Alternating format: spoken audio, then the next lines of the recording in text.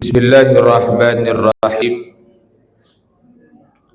Bismillahi ma sya'allah la yasuqul khair illallah. Bismillahi ma sya'allah la yasrifu su'a illallah. Bismillahi ma sya'allah la hawla wa la quwata illa billah. Alhamdulillah wassalatu wassalamu ala rasulillah wa ala alihi wa ashabihi wa mawalah. Ashhadu an la ilaha illallah wahdahu la syarika lah wa ashhadu anna Muhammadan abduhu wa rasuluh la nabiyya ba'da. Allahumma salli wa sallim ala nabiyyina Muhammadin wa ala alihi wa ashabihi rasulillahi ajma'in. Rabbi israh li sadri wa yassir li amri wahlul 'uqdatam min lisani yafqahu qawli wasaddid lisani wahdi qalbi bihaqqi nabiyyika Muhammadin sallallahu alaihi wa alihi wasallam. Allahumma inni as'aluka fahman nabiyyin wa hifzal mursalin wa ilhamal malaikatil muqarrabin. Allahumma aghnina bi'ilmi wa zayyina bihilmi wa aqribna bitaqwa wa jamilna bil'afiyah birahmatika ya arhamar rahimin. Walhamdulillahi rabbil alamin. Amma ba'du. Yang saya muliakan, yang saya hormati ketua dan seluruh pengurus Masjid Nazirul Iman, bapak-bapak, ibu-ibu, hadirin wal hadirat, jamaah subuh sekalian yang dimuliakan Allah Subhanahu wa taala. Bersyukur kita kepada Allah Subhanahu wa taala yang sampai dengan hari ini kita masih diberikan oleh Allah kenikmatan-kenikmatan yang begitu banyak. Dan bersyukurnya lagi kenikmatan itu kita tempatkan, kita manfaatkan dengan amal ibadah kepada Allah Subhanahu wa taala. Kita mohon, kita minta kepada Allah Subhanahu wa taala yang menguasai daripada diri kita, selalu kita bermohon kepadanya agar kita diberikan taufik hidayah sehingga tidaklah yang kita lewati daripada hidup kita ini kecuali adalah hal yang diredoi oleh Allah Subhanahu wa taala. Amin. Allahumma amin. Kemudian salam berserta salawat senantiasa kita hadiahkan kepada Nabi kita Muhammad sallallahu alaihi wa alihi wasallam. Allahumma salli ala Sayyidina Muhammad wa ala ali Sayyidina Muhammad. Saudara-saudaraku yang dimuliakan Allah Subhanahu wa taala, kita pada hari ini, di subuh hari ini, sama-sama belajar dan niat mengamalkan apa yang telah disusun dan dikumpulkan oleh Syekh Al-Fadil Syekh Muhammad bin Abdul Hadi Al-Khurasah di dalam kitab beliau Al-Arba'in min Jawami'il Kalim. Kita sampai kepada hadis yang berbunyi an Abi Hurairah radhiyallahu taala anhu anna Nabi sallallahu alaihi wasallam annahu qala. Dari Sayyidina Abu Hurairah radhiyallahu taala anhu dari Nabi Muhammad sallallahu alaihi wasallam bahwasanya Nabi Muhammad bersabda, la yuldaq al-mu'min min juhrin wahidin marataini. Tidaklah layak seorang mukmin yang baik itu tersengat pada satu lubang dua kali. Atau hadis ini sering kita dengar dengan terjemahannya adalah tidaklah baik bagi seorang mukmin itu masuk ke dalam lubang yang sama sebanyak dua kali. Jadi hadis ini menjadi salah satu hadis min jawami'il kalim karena mengandung pelajaran yang luar biasa. Sering kita dengar hadis ini berkaitan supaya kita orang beriman itu tidak melakukan kesalahan yang sama berulang-ulang. Sehingga la yuldaq al-mu'min min juhrin wahidin marataini, tidaklah seorang mukmin yang baik itu dia tersengat oleh ular di lubang yang sama dua kali, karena yang biasanya menghuni lubang itu kalau udah ulo kali jengking.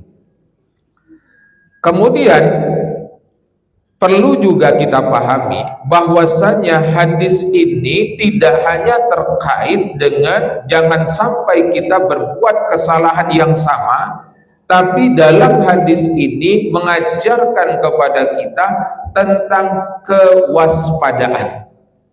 Ini yang penting juga, kewaspadaan.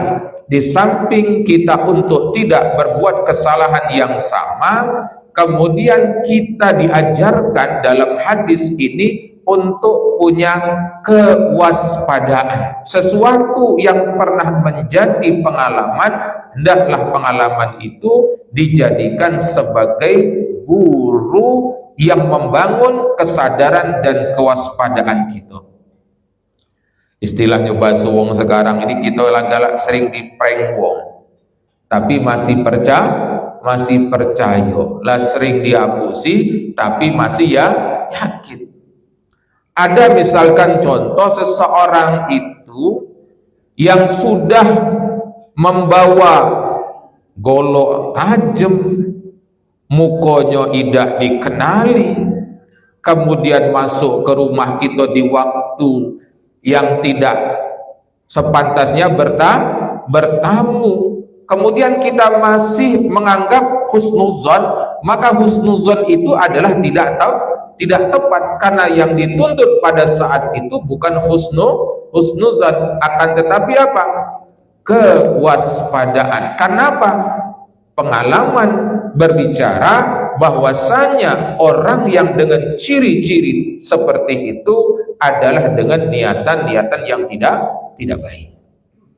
Ma'asyiral ikhwan yang dimuliakan Allah Subhanahu wa ta'ala. Maka mengomentari daripada hadis ini Al-Alamah Al-Munawi di dalam Faidul Qadir, bahwasanya beliau menyebutkan seorang mukmin yang waspada. Seorang mukmin yang waspada yataqayyad, seorang mukmin yang waspada itu tidaklah ia melakukan lagi kesalahan oleh karena kelalaiannya sehingga tertipu dua kali. Jadi sebab kadang-kadang kita itu ditipu karena kita lalai, kurang teliti, tidak waspada, sehingga sebab kelalaian ini seringkali kita tertipu berulang-ulang. Jadi pentingnya kita untuk selalu membangun kewaspadaan supaya tidak lalai. Sehingga kami dulu ingat salah satu penjelasan daripada guru kami, musibah itu adalah bagian daripada takdir. Tapi takdir itu kebiasaannya dimulai dari kelalaian. Misal contoh, tahu-tahu rumah kita itu kemalingan. Oh, setelah dicek rumah itu tidak terkunci dengan baik. Maka karena sebab tidak terkunci dengan baik ini bisa memberikan kemudahan orang untuk melakukan hal-hal yang tidak baik. Atau contoh lagi yang lebih pendekatan kepada pemahaman kita, ketika kita kecelakaan di dalam berkendara, itu sudah takdir. Terjadi accident itu adalah takdir, tapi ada kelalaian yang mungkin kita buat. sehingga terjadilah takdir yang berlaku. Kenapa? Saat masih dalam keadaan mengantuk tapi memaksakan diri untuk berkendara sehingga terjadilah musibah, dan musibah itu adalah takdir. Jadi terkadang musibah yang terjadi itu ada sebab kelalaian yang kita buat. Maka pengalaman-pengalaman yang seperti itu harus menjadi guru kita supaya tidak kita berbuat kelalaian yang menyebabkan kelalaian itu menjadikan kita melakukan kesalahan dan kekeliruan. Bapak Ibu yang dimuliakan Allah Subhanahu wa taala. Kemudian menurut daripada Syekh Muhammad bin Abdul Hadi, beliau katakan bahwasanya seorang mukmin harus mengambil pelajaran dari pengalaman ia mendapatkan hal yang mudarat. Seorang mukmin harus mengambil pengalaman dari setiap pengalaman atau hal yang dia dapatkan, perkara-perkara yang mudarat, sehingga ia tidak lagi kembali untuk mengulanginya. Jadi pengalaman-pengalaman itu ketika kita dapatkan, kemudian pengalaman itu seharusnya menjadi cerminan kita untuk tidak melakukan kesalahan dan kekeliruan. Sebagaimana kewaspadaan ini diperlukan dalam persoalan duniawi, begitu pula dalam urusan akhirat. Jadi hadis ini tidak hanya terkait dalam masalah duniawi. Misalkan kita punya pengalaman berbisnis dengan seseorang, kemudian orang itu menipu, tentulah kita tidak akan lagi mau melakukan transaksi bisnis dengan dia karena ada pengalaman yang buruk. Itu dalam persoalan dunia diajarkan kewaspadaan dan ketelitian sehingga tidak berbuat kekeliruan dan kesalahan. Lebih-lebih dalam urusan akhirat. Berapa banyak kita tertipu, berapa banyak kita tergelincirkan oleh apa? Karenanya kekurangan waspadaan kita. Maka itu dalam babnya tasawuf ada istilah muraqabah, selalu merasa diawasi dan diperhatikan oleh Allah supaya kita tidak jatuh kepada hal yang merasa tidak diawasi oleh Allah. Orang yang tidak merasa diawasi oleh Allah itu adalah dia lalai. Bapak Ibu yang dimuliakan Allah Subhanahu wa taala. Kemudian seorang mukmin yang terlanjur berbuat dosa hendaklah ia menyesali. Ketika kita terlanjur berbuat dosa, maka apa yang harus kita lakukan? Menyesali dan bersedih hati dan tidak mengulangi perbuatan itu untuk kesekian kalinya. Bapak Ibu yang dimuliakan Allah Subhanahu wa taala. Lantas, pelajaran apa yang bisa kita dapatkan dari hadis tadi, bahwasannya la yulda al-mu'min min juhrin wahidin marataini, tidaklah seorang mukmin yang baik itu dia tersengat dua kali dalam satu lubang. Pelajaran apa yang bisa kita ambil? Sebagai diri kita ini bagian orang beriman. Yang pertama, seorang mukmin harus belajar dari setiap pengalaman, baik dari dirinya, orang lain, dan sejarah. Maka pengalaman itu Bapak Ibu yang dimuliakan Allah bisa dari diri kita sendiri. Pengalaman-pengalaman itu terjadi dari sebab peristiwa-peristiwa yang kita alami. Maka setiap peristiwa-peristiwa yang kita alami itu, sebagai mukmin yang baik tidak melewatinya secara tanpa ada hikmah yang kita bisa ambil. Jadi ketika kita melewati satu peristiwa, hendaklah kita bisa mengambil pelajaran dari setiap peristiwa ini. Maka dalam ayat Al-Quran itu dikatakan fa'tabiru ya ulil absar, ambillah pelajaran wahai orang-orang yang berakal. Kita diperintahkan setiap peristiwa-peristiwa yang terjadi dalam hidup kita mengambil ibrahnya. Pelajaran apa yang bisa kita dapatkan dari peristiwa ini? Sehingga itu akan semakin mendewasakan spiritual kita, mendewasakan iman kita, mendewasakan kepribadian kita.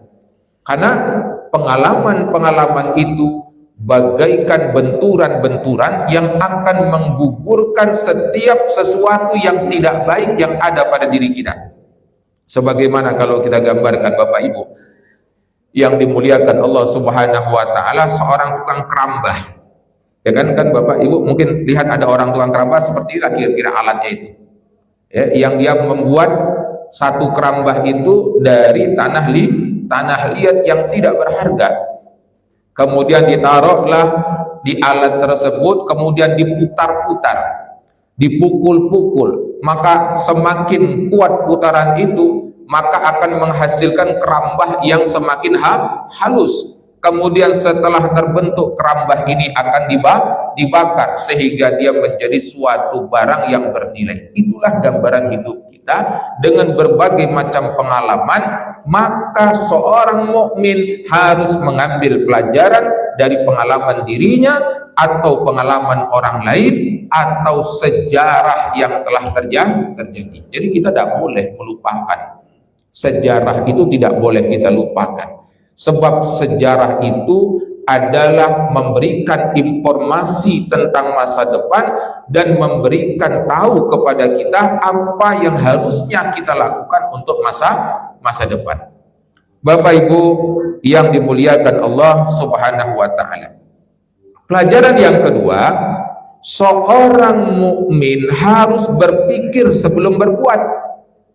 Ini yang harus kita camkan dalam hidup kita itu adalah berpikir dahulu baru berbuat. Jangan sebaliknya, berbuat dulu baru berpikir. Pikirkan dulu, renungkan dulu. Kalau di dalamnya ada manfaat, lakukan. Kalau di dalamnya tidak ada manfaat, maka jangan dilakukan. Ini adalah benteng kewaspadaan. Karena banyak yang terjadi adalah berpikir kemudian daripada berbuat. Berbuat dulu. Misalkan contoh, marah tadi yang sudah kelewatan, akhirnya mau mukul. Setelah mukul baru pikir, ngapa aku mukul? Nah, jadi gawe pula, lah nak berperkara pula. Nah, ini akan mendatangkan kerugian bagi kita. Maka berpikirlah dahulu baru berbuat. Jangan sampai sebaliknya. Ini ada sebuah kisah. Kisah ini sangat inspiratif buat kita, sehingga kita harus pentingnya berpikir sebelum berbuat itu.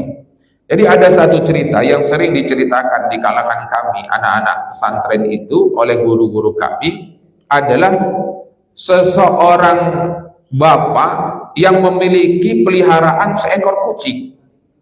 Jadi bapak ini, keluarga kecil ini punya kucing kesayangan. Kemudian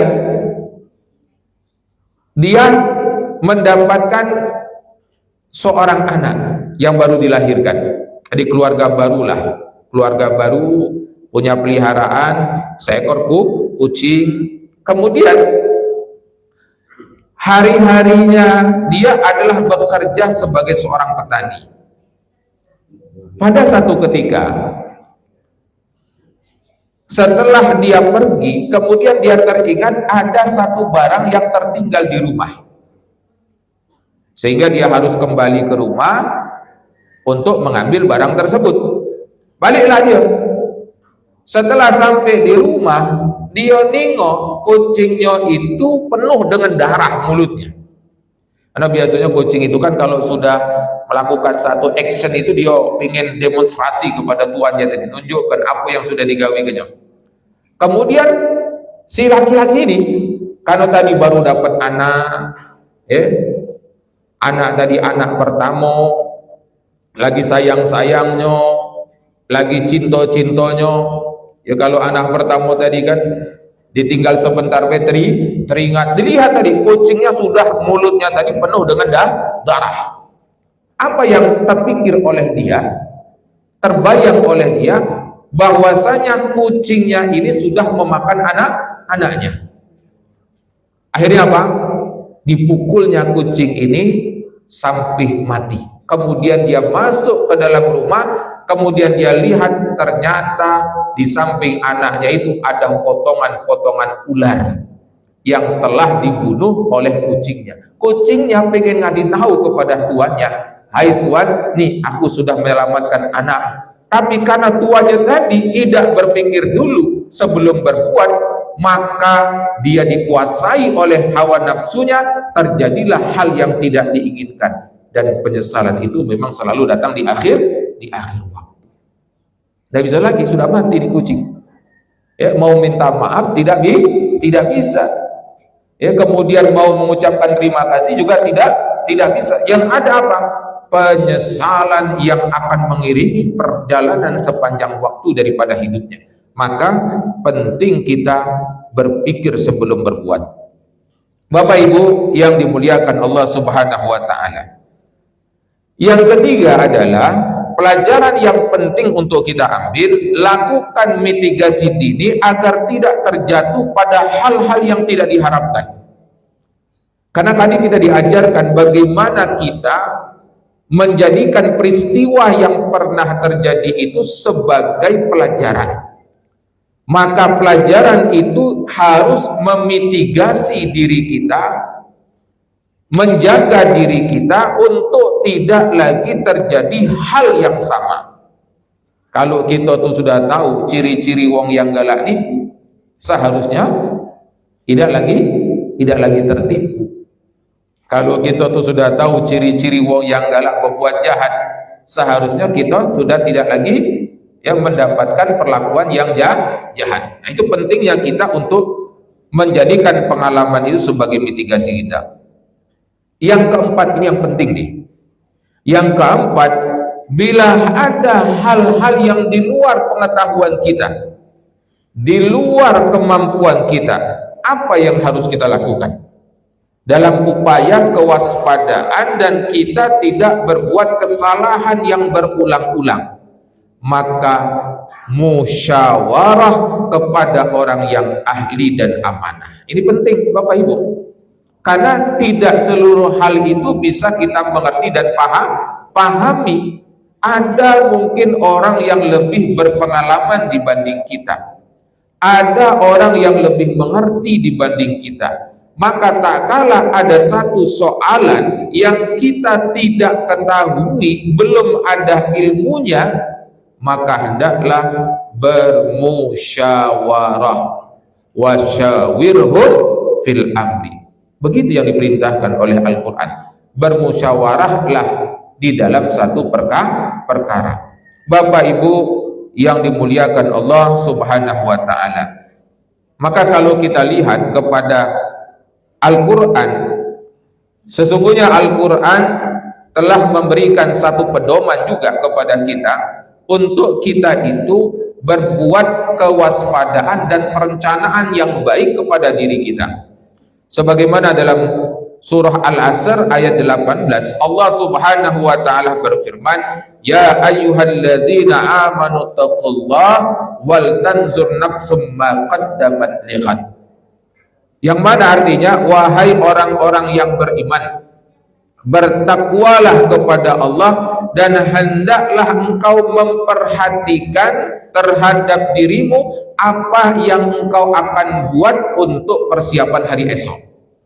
Jadi kita hendaklah membangun sebuah kewaspadaan, perencanaan, sehingga apa yang kita buat di hari esok ini seharusnya lebih baik daripada hari yang kemarin. Kemudian dalam surah Yusuf ayat 111 Allah Subhanahu wa taala berfirman, laqad kana fi qasasihim ibratun liulil albab. Sungguh di dalam kisah-kisah mereka itu terdapat pelajaran bagi orang-orang yang berakal. Qasasun atau kisasun adalah bagian daripada sejarah. Cerita, pengalaman adalah merupakan sejarah. Maka Al-Quran menyebutkan bahwasanya kisah-kisah itu, cerita-cerita itu, terlebih kisah-kisah yang disebutkan di dalam Al-Quran merupakan pelajaran yang berharga bagi orang yang berakal. Maka kita harus mengambil pelajaran-pelajaran dari kisah peristiwa-peristiwa itu sebagai bentuk yang pertama penguat kita.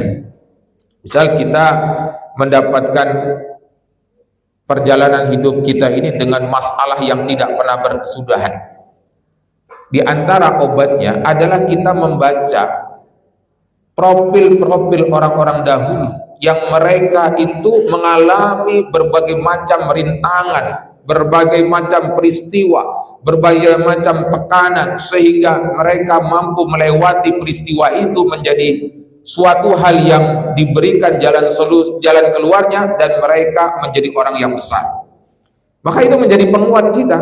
Misalkan kita baca profil tentang Buya Hamka, bagaimana perjalanan hidup Buya Hamka itu, sehingga kita yang mengalami peristiwa yang sama tentang Buya Hamka itu menjadi lebih kuat. Buya Hamka saja, orang yang hebat luar biasa, mengalami tekanan yang begitu amat hebatnya, apalagi saya. Kemudian Bapak Ibu yang dimuliakan Allah Subhanahu wa taala, di dalam surah Al-Imran ayat 137 Allah Subhanahu wa taala berfirman, qad khalat min qablikum sunanun fasiru fil ardi fanzuru kaifa kana akibatul mukatsibin. Telah berlalu sebelum daripada kalian masa-masa. Jadi ada masa-masa yang telah mendahului daripada kita. Maka apa yang diperintahkan oleh Allah? Fasiru fil ardi, maka lakukanlah eksplorasi, perjalanan spiritual, perjalanan pengetahuan fil ardi, di muka bumi. Fanzuru, pikirkan, renungkan, dan lihatlah kaifa kana akibatul mukatsibin, bagaimana Allah menghancurkan para pendusta. Maka pelajaran-pelajaran yang seperti itu, kita kan kadang-kadang sering melakukan tamasa, liburan yuk. Liburan itu harusnya juga meningkatkan spiritual kita, tidak hanya untuk mencari healing saja, tapi juga bagaimana kita bisa mengambil pelajaran-pelajaran dari peristiwa-peristiwa perjalanan yang kita lakukan itu. Bapak Ibu yang dimuliakan Allah Subhanahu wa taala, dikatakan oleh kalamul hikmah, oleh ulama, al-aqilu man wa'adhathu at-tajarib. Seorang yang berakal itu adalah orang yang bisa mengambil pelajaran dari pengalaman. Jadi orang yang berakal itu siapa? Man wa'adhathu at-tajariba.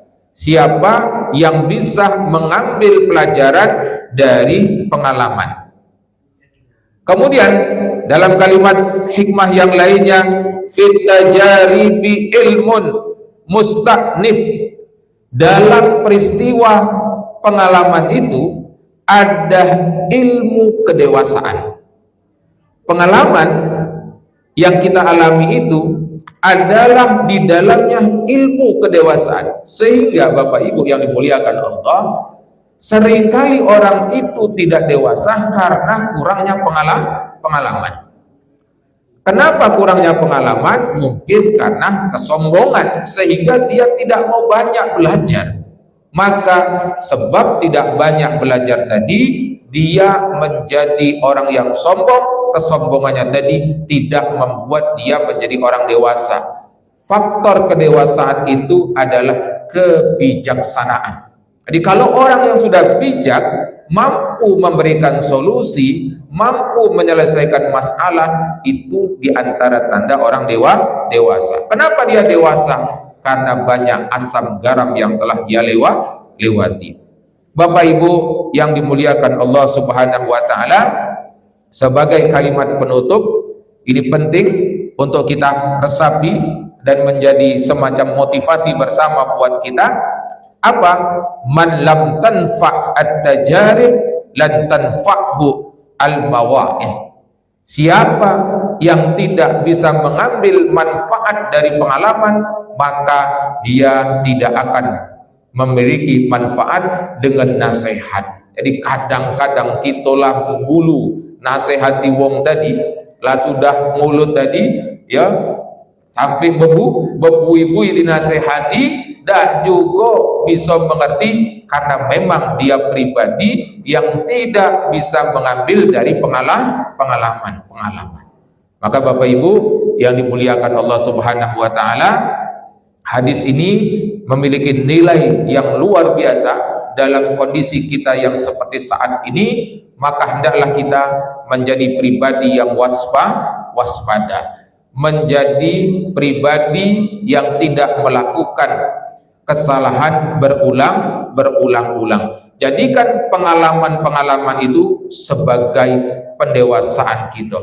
Jangan sampai kita ditipu wong, diprank wong berulang-ulang, tapi tetap kita mengatakan kita harus berhusnuzon. Maka itu adalah suatu hal yang tidak baik. Itu keluguan yang luar biasa. Setidaknya kalau orang itu sudah berbohong, maka kebohongan itu sudah harus menjadi pengalaman kita untuk tidak lagi mempercayainya. Adalah orang yang amat lugu dibohongi berulang-ulang. Ini saja yang bisa kami sampaikan. Mudah-mudahan memberikan manfaat kepada kita semuanya, dan kita diberikan kekuatan oleh Allah Subhanahu wa taala untuk mengamalkan apa yang telah kita pelajari pada subuh hari ini. Semoga Allah selalu memberikan taufik hidayah kepada kita semuanya. Akhirul kalam, assalamualaikum warahmatullahi wabarakatuh.